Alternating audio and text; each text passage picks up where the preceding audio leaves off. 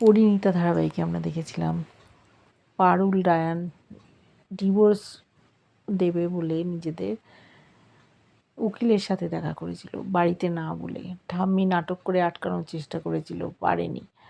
ওরা ভাবছে এদের হয়তো মিল হয়ে যাবে, ওরা আর ছাড়াছাড়ি করবে না, কিন্তু এরা খুব জেদি ধরনের।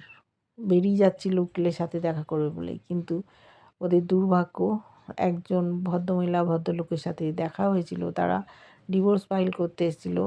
পারুল বুঝিয়েছে, যার ফলে ওদের মিল হয়ে গেছে।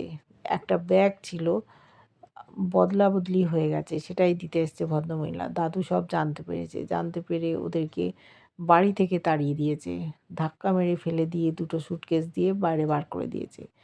কোথায় যাবে ওরা? বলেছে যাও বাইরে, বুঝতে পারবে। তোমরা একটা বাড়িতে আছো, খাওয়া পাচ্ছ, আর বড়দের কথা শুনবে না। আমার সম্মানহানি করছো, পরিবারের সম্মানহানি করছো। ওরা রাস্তায় এবার কি করবে বুঝে পাচ্ছে না। শিরিনকে জানিয়ে দিয়েছে রায়ানের মা। শিরিন আবার ওদের খুঁজছে। কোথায় যাবে, কি করবে, কেমনভাবে ওদের জীবন কাটবে, দেখতে থাকো।